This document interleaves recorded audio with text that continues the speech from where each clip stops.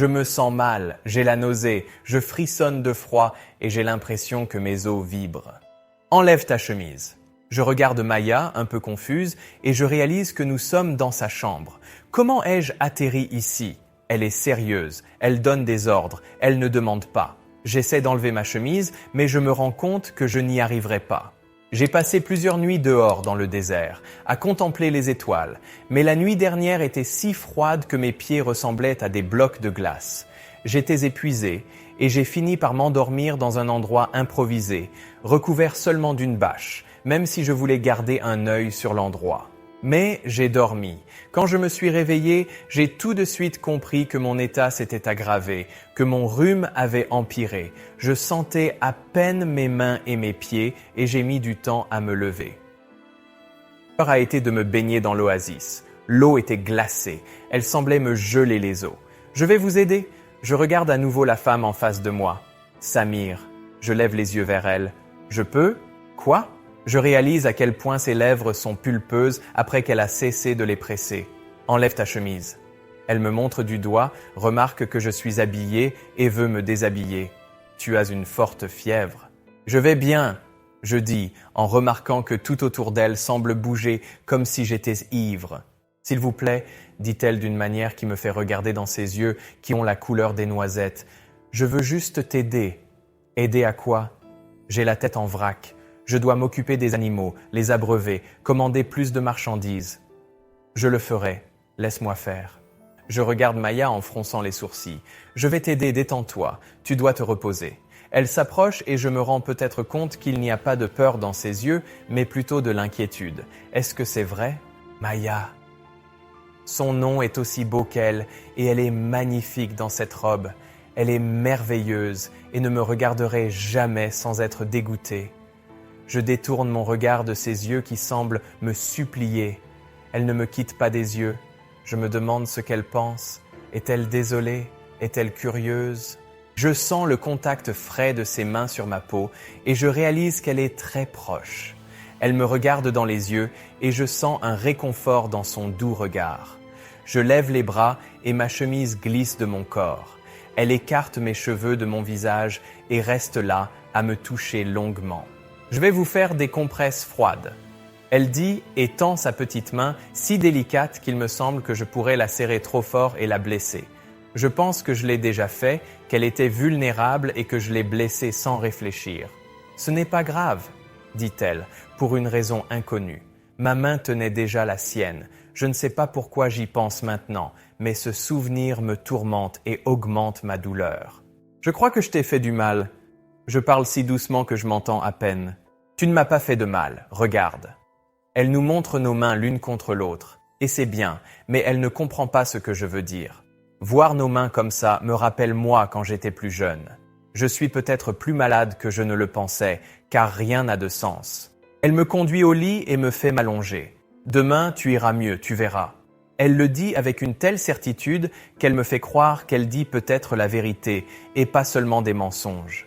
Ses yeux noisettes sont comme un portail vers l'inconnu, me faisant passer de la tranquillité à la tempête en quelques secondes. Je marmonne quelque chose et je ferme les yeux. Je sens une compresse froide sur mon front, puis, avec hésitation, sur ma poitrine. Elle alterne fermeté et douceur avec la serviette humide. J'entends sa voix grave qui chante une chanson tandis qu'elle me caresse les cheveux, ce qui me fait frissonner. J'émets un son triste lorsqu'elle cesse de me toucher la tête et la chanson qu'elle chantait, qui me semblait si familière, s'arrête également. Je me suis réveillé en toussant avec la voiture et mes vêtements en feu. J'ai commencé à crier de douleur, étouffé par l'odeur de ma peau brûlée. J'ai désespérément essayé d'appeler mes parents tout en essayant d'éteindre le feu en moi, mais les flammes ne semblaient pas vouloir s'éteindre. Le feu s'approchait de mon visage et je me tortillais pour l'empêcher de me frapper. Je ne comprenais pas comment tout cela s'était passé. Tout était si confus. Mon fils, je suis là. J'ai vu mon père ramper dans la voiture. Je me suis rendu compte qu'il était meurtri et qu'il avait un œil fermé, gonflé. Il a mis une couverture sur moi et a appuyé jusqu'à ce que le feu s'éteigne. Mais il y avait encore de la fumée et du feu dans d'autres parties de la voiture. Puis j'ai vu ma mère, Elle était blessée et saignait abondamment de la tête. « Je vais te sortir de là, d'accord ? Tu es fort, très fort. » Il pleurait, tandis que je paniquais encore, ressentant des douleurs et des brûlures dans tout le corps. Il m'a détaché et m'a soulevé. Il a recouvert le verre éparpillé avec la couverture grise. « Traîne-toi dehors, je vais aider ta mère. »« Non, non, non !» j'ai crié, le serrant fort dans mes bras, effrayé. Il a embrassé mes cheveux. « Calme-toi, mon petit, je t'accompagne, mais il faut faire vite. » Il est parti le premier en voyant que j'hésitais et m'a tendu la main. J'ai regardé ma mère, inconsciente, et j'ai serré la main de mon père pour sortir. Il m'a posé sur un rocher.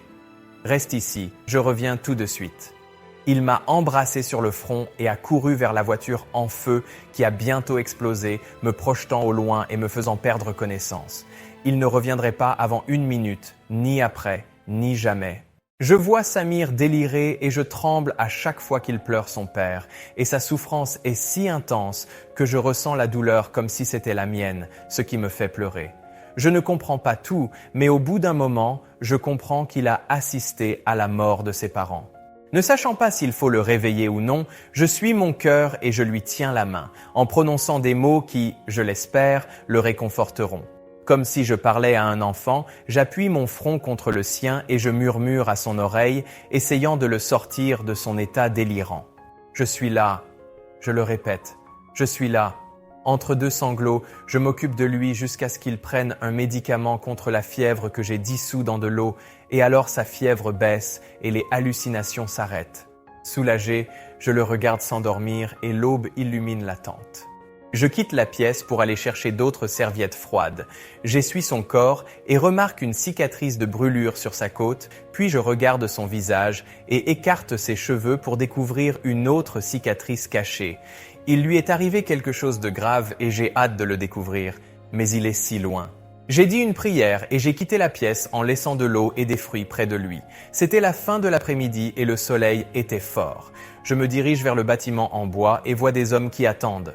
« Salam alaikum, mon mari ne peut pas venir maintenant, alors si ce n'est pas urgent, revenez demain. » Certains partent immédiatement, tandis que d'autres commencent à parler tous en même temps.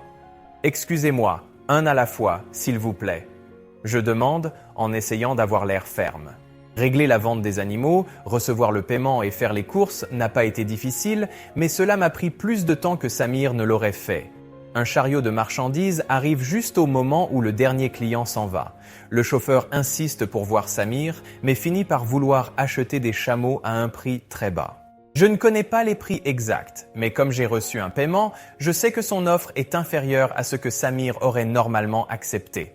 Salam, un homme portant un turban sort du véhicule et un jeune homme commence à décharger des caisses de fruits et légumes. « Désolé d'être en retard, la voiture est vieille, » dit-il en souriant. « Vous êtes Maya ? » « Oui, s'il vous plaît, amenez-les à l'intérieur. » Je demande en ouvrant le rideau de la tente. Je suis content de la quantité de nourriture. J'ai remarqué que Samir garde toujours la cuisine bien garnie avec des choses que je n'aurais jamais imaginé manger. Et même si je ne sais pas tout préparer, c'est un plaisir d'essayer de nouvelles recettes. Le soir, j'ai très mal aux pieds et j'ai envie de m'asseoir, mais il y a encore beaucoup de travail et je dois continuer à aider. Je m'appelle Jihad, je suis marié à Malika et voici Amin, mon plus jeune fils. Le garçon acquiesce et prend la dernière boîte contenant des œufs et du lait frais. Je serai de retour dans 2 jours. Avez-vous besoin de quelque chose de spécial ou qui ne figure pas sur la liste ? Il me tend la liste et j'y jette un coup d'œil. Oui, je le ferai. Je dis et j'écris les couleurs de fil et les tailles d'aiguilles dont j'ai besoin sur le papier sans trop y penser. Peut-être que cela ne ferait pas une grande différence. Et votre fille, comment vont-elle et le bébé ? Il sourit légèrement. Ils sont encore à l'hôpital, l'accouchement a été compliqué. Je porte la main à ma bouche, inquiète, car j'avais vu la fille lors de ma dernière visite chez les parents de Samir. Que Dieu les protège et qu'ils rentrent bientôt chez eux. Il lève les mains vers le ciel et je lui renvoie la liste. Dieu merci. La prochaine fois, j'apporterai tout ce qu'il faut. Salam alaikum. Il appelle son fils, qui était distrait en regardant les animaux. Alaikum salam.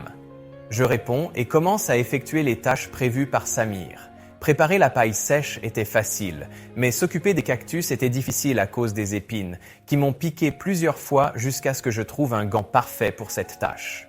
Les chameaux se pressent autour de moi, avides de nourriture, lorsqu'ils me voient arriver, déjà habitués à la routine alimentaire et probablement affamés parce que Samir ne peut pas s'occuper d'eux en raison de son état de santé. Ils sont excités. Le chargement du lourd chariot est épuisant et je dois m'arrêter plusieurs fois. J'ai retiré une bâche de l'une des auges et j'ai versé la nourriture, ce qui m'a valu quelques bousculades de la part des gros animaux bruyants. Mon pied me fait encore mal, mais je ne me laisse pas arrêter. Je vais au puits, je pompe assez d'eau pour mon bain et celui de Samir s'il se réveille. Je fais la vaisselle et prépare le repas. Après avoir rangé la nourriture, je vais voir comment va Samir. Sa peau est collante, signe qu'il a encore de la fièvre, mais elle est beaucoup plus faible maintenant. J'utilise des serviettes propres pour le mettre à l'aise et je le couvre bien à la fin. Je me sens soulagé de pouvoir l'aider d'une manière ou d'une autre en réalisant la valeur de mes efforts pour faire ce qu'il fait tous les jours. Je commence à réaliser à quel point sa vie est difficile dans le désert, à travailler dur sans beaucoup de confort ou de luxe. En fait, à l'intérieur de cette tente, il n'y a rien qui ait beaucoup de valeur, à l'exception de sa grosse voiture. Je ne sais peut-être pas grand-chose de sa vie d'avant, ni même de celle d'aujourd'hui, mais je suis curieux d'en savoir plus sur lui. Je veux savoir qui il est vraiment, car j'ai l'impression qu'il ne peut pas se contenter d'être ce qu'il semblait être. Je lui prends la main, remarquant la rugosité et les petites cicatrices sur ses doigts, résultat de la coupe des cactus qu'il prépare pour nourrir les chameaux. Cela me fait sourire. J'aimerais devenir la personne qu'il choisirait, être aussi élégante et parfaite que Raja, en espérant qu'il me remarque. Mais je me sens naïf de penser cela, car je sais que c'est impossible. Et j'ai peur que lorsqu'il découvrira mes secrets, il me méprisera encore plus, et je ne sais pas ce qu'il restera de moi à ce moment-là. J'étais en train de changer mon pansement, et j'ai failli perdre l'équilibre lorsque Kaysar est entré dans la tente. Mon cœur s'est emballé de peur, et j'ai failli pleurer de douleur en pesant sur mon pied. Je me suis mis la main sur la poitrine et je me suis rassis, les jambes tremblantes. Quelle frayeur tu m'as faite. Je suis désolé, je n'ai pas pu venir sans vous effrayer. Je suis d'accord parce qu'il sait que j'ai des problèmes d'audition et que je n'entendrai probablement pas une bombe exploser près d'ici. Entrez! Je force un demi-sourire. Merci. Où est Samir? Kaysar s'approche et regarde mon pied. Ça n'a pas l'air d'aller. Samir est malade. Je couvre mon pied, évitant de parler de ma blessure, car avec Samir malade, je dois être forte et l'aider autant que possible. Je suis content que tu sois venu. Qu'est-ce qui va pas chez lui? Il lui est arrivé quelque chose? J'ai posé mon pied, en essayant de masquer la douleur. Il a eu de la fièvre toute la nuit et j'ai fait tout ce que j'ai pu pour la faire baisser. Je lui ai indiqué la direction de la chambre. Son état n'a fait qu'empirer, je ne savais pas quoi faire d'autre. Je laisse la place à Khalid pour qu'il entre dans la pièce. J'étais sur le point de partir chercher de l'aide à pied, à Najran ou n'importe où près du désert, même si je ne le pouvais pas. Le téléphone portable de Samir avait un mot de passe et je ne savais pas ce que c'était. J'étais totalement désespéré parce que ce n'était pas seulement un rhume. Il aurait été guéri si cela avait été le cas, mais cela semblait s'aggraver sans cesse. Oh mon Dieu! Samir se tordait sur le lit, l'air délirant, ses lèvres bougeaient sans que je comprenne un mot. Sa fièvre est élevée, commente Khalid en me regardant. J'allais chercher de l'aide. Dieu a répondu à mes prières. Je me frotte les mains, trop nerveuse pour penser correctement. Je vais appeler un médecin. Je souris d'un air soulagé et m'approche de Samir, lui appliquant des compresses froides sur le front. Je me sens coupable. J'aurais dû m'en rendre compte plus tôt. J'aurais dû demander de l'aide. Cela faisait des jours qu'il se comportait bizarrement, qu'il avait l'air malade, et j'avais agi comme une enfant, en me montrant terrible alors qu'il ne faisait que s'occuper de moi. Khalid revient et son expression nous indique que les nouvelles ne sont pas bonnes. « Qu'est-ce qui s'est passé ?» je lui demande, en le regardant pianoter sur le téléphone portable qu'il tient à la main. Le médecin a refusé de venir. Je suis abasourdi par la nouvelle. Pourquoi? Il hésite, évite mon regard et regarde Samir. Sans m'en rendre compte, j'étais en train de caresser les cheveux de Samir et je me suis arrêté, pensant que ce n'était peut-être pas approprié devant quelqu'un d'autre. Samir est sur le fil du rasoir. Je suis confus et je vois l'expression de Khalid s'effriter. Je ne voulais pas être celui qui te le dirait. Je ferme la bouche, anxieuse. Bali, son oncle, a été tué et tout le monde à Najran pense que c'est Samir. Je suis choqué et je regarde rapidement Samir. Mon Dieu, et maintenant ton père? Eh bien, il l'accuse aussi. Je cligne des yeux, essayant d'assimiler l'information. Il n'a pas fait ça. Je le dis fermement et Khalid a l'air surpris. Il n'a pas tué mon père. Je me défends en prenant le parti de Samir et en posant ma main sur son épaule. Malheureusement, l'opinion publique pense différemment, commande Khalid en haussant un sourcil. Alors trouvez quelqu'un, je paierai ce qu'il faudra. Je vois une hésitation chez Khalid qui doute peut-être de l'innocence de Samir, mais je crois en lui et c'est ce qui compte pour moi. C'est vrai. Il s'en va. Je n'avais pas d'argent, mais la somme que j'ai reçue aujourd'hui était considérable, à tel point que j'ai hésité à l'accepter. Il faudrait que j'explique à Samir que je l'ai fait en pensant à sa santé. Tu iras mieux. J'essuie son front en sueur. Je te le promets. Je passe ma main dans ses cheveux et regarde vers l'entrée, voyant Khalid revenir. Tu t'en es sorti ? Je lui demande, pleine d'espoir. Oui, le médecin est en route. Des larmes de soulagement coulent et je souris. Le médecin semble mal à l'aise d'être là. L'attente donne l'impression d'abriter quelque chose que tout le monde devrait éviter. Comment peut-on penser qu'il est coupable s'il n'est pas en prison ? Même le médecin, qui est américain, semble n'être là que pour l'argent, prêt à faire son travail et à partir le plus vite possible. Alaykoum al-Salam. Je salue le docteur en partant, mais il ne me regarde même pas. Dehors, Khalid le paie. Il a une pneumonie. Je serre mes mains l'une contre l'autre et mon cœur se serre. Je vais chercher les médicaments. Il ira mieux. Dieu merci. Khalid se dirige vers la porte mais s'arrête et regarde en arrière. Je suis désolé, Maya. Pourquoi ? Je demande confus. Cela doit être beaucoup pour toi, surtout après tout ce qui s'est passé entre vous. Je tiens l'ourlet de ma robe, en équilibre sur mon bon pied, les orteils de mon pied blessés touchant à peine la moquette. Je suis sans voix, mais je ne me sens pas mal à l'aise avec ce qu'il a dit. Peut-être que Khalid s'est rendu compte de mon malaise et a souri gentiment. Je reviens tout de suite. Je hoche la tête et le regarde partir. J'entre en boitant dans la cuisine pour préparer le dîner. Je ne sais pas si Khalid va rester. Il n'a rien dit, mais il est arrivé par surprise. Alors je décide de l'accueillir chaleureusement. J'attrape une marmite en terre cuite et commence à préparer du mokwali avec les ingrédients que Djihad a apportés plus tôt. Le citron confit vient probablement de Malika et le poulet est frais, parfait pour ce que j'avais prévu. En peu de temps, la casserole est en train de bouillir avec le ragoût. Je retourne dans la chambre pour voir si Samir va bien et cela me fait mal de le voir délirer. Mon Dieu, faites qu'il aille mieux. Je le supplie en lui tenant la main et en sentant sa chaleur. Khalid revient avec les médicaments et nous parvenons ensemble à donner à Samir son traitement. Sa fièvre semble baisser un peu et il s'endort plus paisiblement. « Je t'ai apporté quelque chose !» Il me touche l'épaule pour attirer mon attention et m'entraîne hors de la pièce. Je regarde Samir, hésitant à le laisser seul. « Ça va aller. » Il me touche à nouveau l'épaule et je finis par le suivre. Dans le salon, je vois une boîte rectangulaire, enveloppée dans un papier rose avec un nœud jaune. C'est la vendeuse qui a choisi le papier. Il m'explique en me tendant la boîte. Je ne peux pas l'accepter. Je parle sans savoir ce que c'est. Ce n'est pas un cadeau. Il insiste pour que je le prenne. De nos jours, tout le monde en a besoin, surtout vous qui êtes isolés ici. Il explique, attisant ma curiosité, mais je reste réticent. Prends-le, s'il te plaît. Je vous remercie. Je dis, un peu maladroitement, en ouvrant le colis. À l'intérieur se trouve une autre boîte contenant un téléphone portable. Ma bouche s'entrouvre de surprise. « Je l'ai mis en place pour vous, utilisez-le », dit-il, voyant ma réaction de surprise. « Je ne peux vraiment pas l'accepter. J'essaie de le rendre. » Comme je l'ai dit, ce n'est pas un cadeau.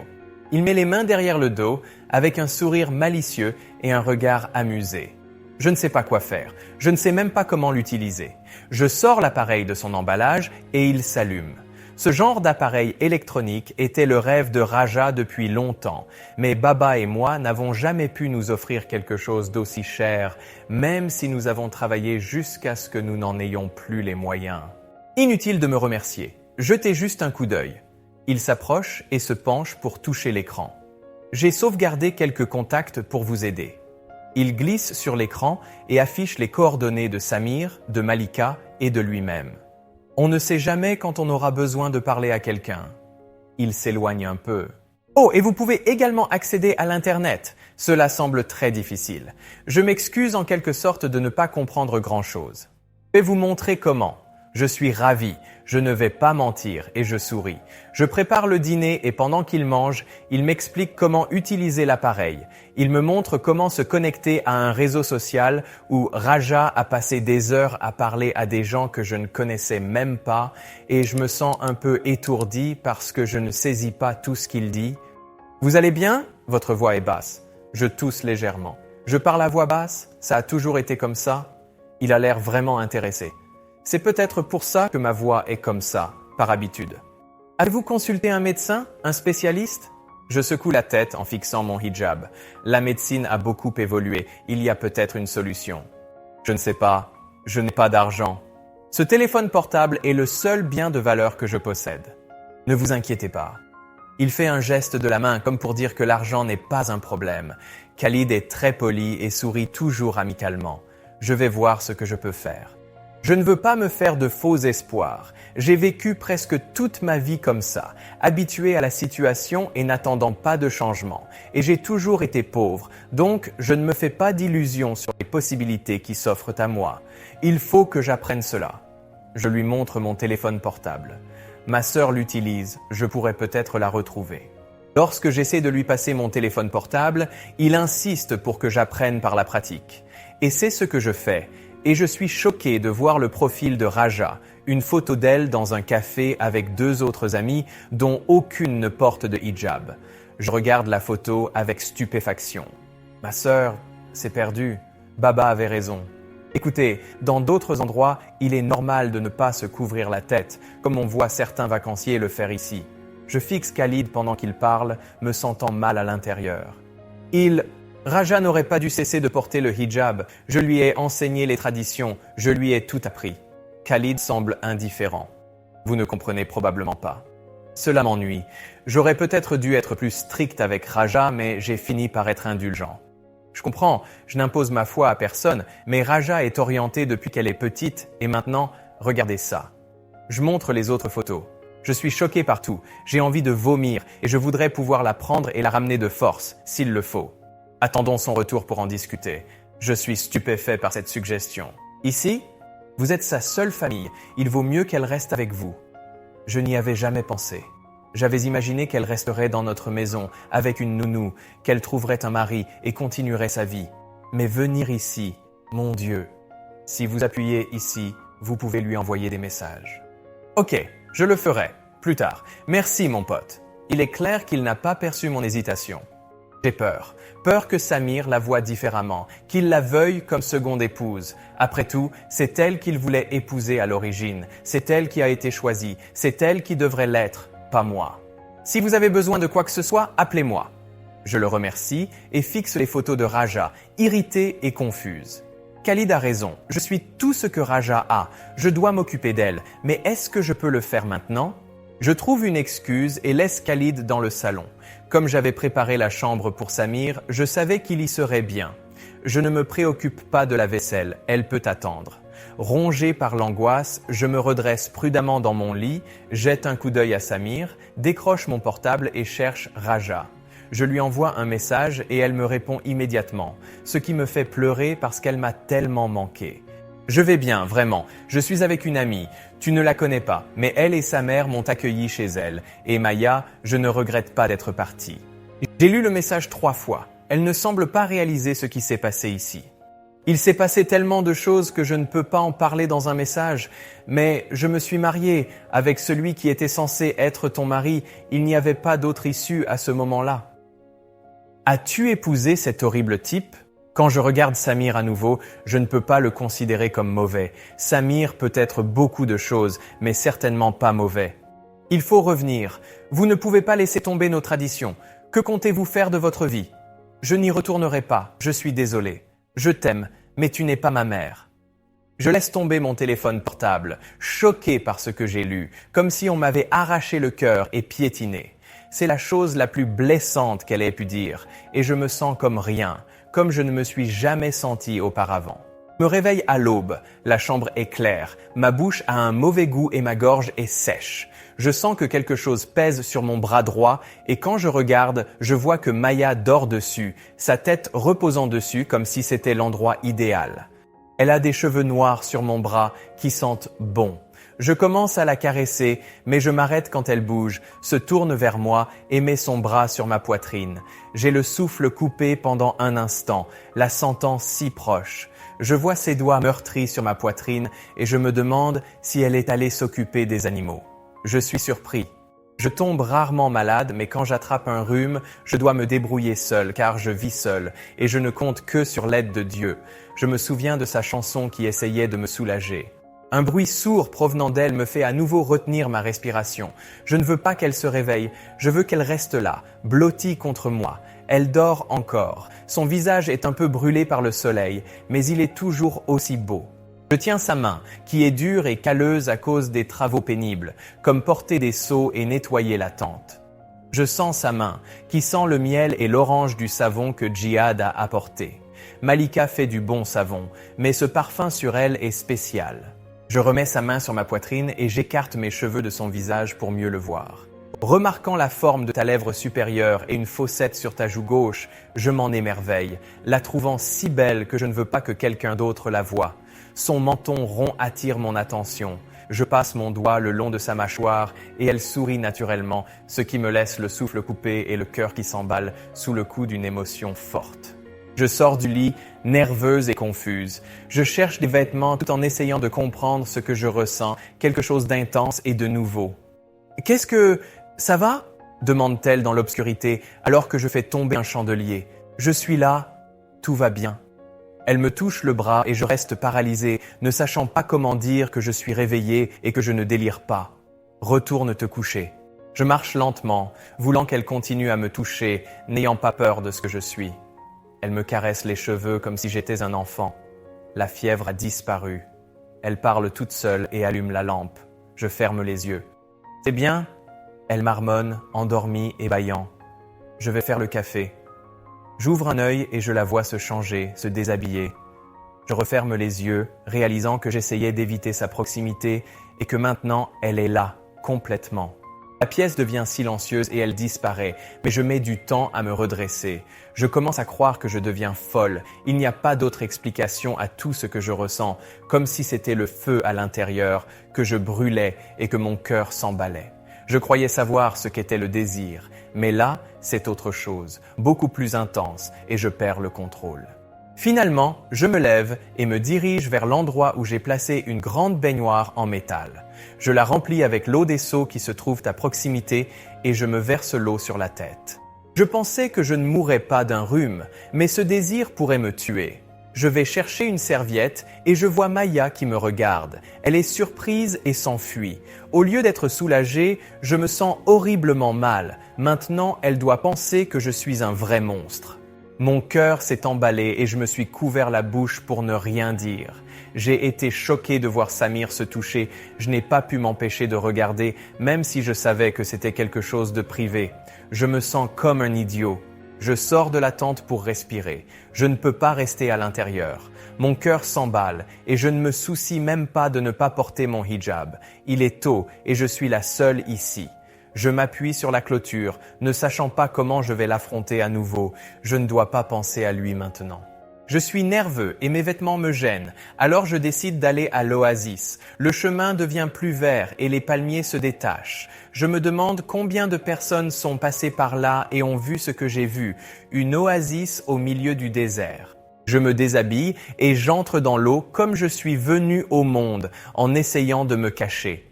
Je reste sous l'eau jusqu'à ce que j'ai besoin de respirer, et quand je remonte, je vois Samir debout dans son pantalon, qui me laisse sans voix. « Tu es curieuse ?» dit-il, d'un air arrogant et peut-être amusé en remarquant mes vêtements sur le sol. Il regarde autour de lui comme s'il cherchait quelque chose. J'en avais besoin. Je réponds sans savoir si je dois le faire. Je m'excuse de vous avoir espionné. « Qu'as-tu vu ?» demande-t-il en se passant la main dans les cheveux pour bien montrer qu'il me voit. Je n'ai rien vu. « Conneries !» Il se met en colère et je frémis devant sa réaction. Pourquoi ? Je commence à demander, mais j'hésite. Malgré tout, je décide de continuer, sachant que j'ai besoin de comprendre ce qui s'est passé. « Pourquoi as-tu fait ça ?»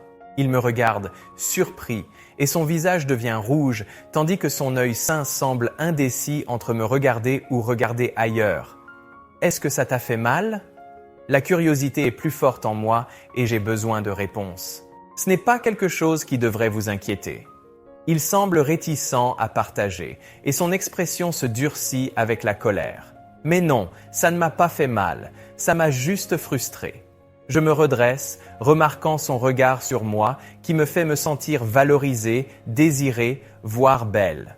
Et pourquoi? Vous ne comprendriez pas. Je commence à m'agacer, c'est évident. Il se détend un peu et me regarde différemment. Parce que ce n'était pas vraiment ce que je voulais. Je suis troublé par sa réponse. Il semble se retourner. Se retourner.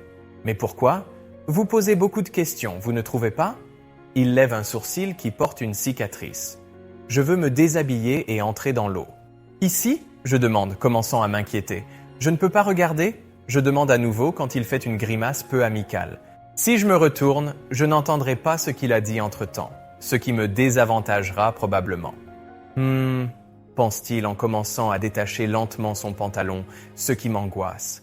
Je pourrais l'avertir de la présence de Khalid, mais je sais qu'il m'en voudrait de rester là, sans protection aux yeux de tous, alors je me tais. Il se déshabille et je ne sais pas quoi penser. Il a entre les jambes quelque chose qui m'a déjà fait mal, au point de saigner et de pleurer, et c'est effrayant à voir. Comment s'est-elle introduite en moi? Samir entre dans l'eau. Il plonge et refait surface en me jetant de l'eau, mais je suis encore choqué. Je n'ai jamais vu un homme nu auparavant, pas même des enfants, et je suis surprise par les différences. Je réalise maintenant à quel point j'aurais dû me retourner lorsqu'il me l'a proposé. Avez-vous peur? Je ne peux pas répondre à cette question. Je ne vais pas te forcer à faire quoi que ce soit. Je déglutis, nerveuse d'être ainsi exposée. Je ne sais pas quoi penser, ça semble impossible. Et c'est difficile de croire que, peut-être que ce n'est pas juste. Je n'arrive pas à exprimer correctement mes pensées et mes sentiments. Tout ce que je sais, c'est que je ne veux pas revivre cela. Je ne sais pas quoi dire. Tu n'as pas besoin de dire quoi que ce soit, je comprends. Je réalise qu'il est ennuyé. J'en ai peut-être trop dit. Est-ce que tu veux me faire ça?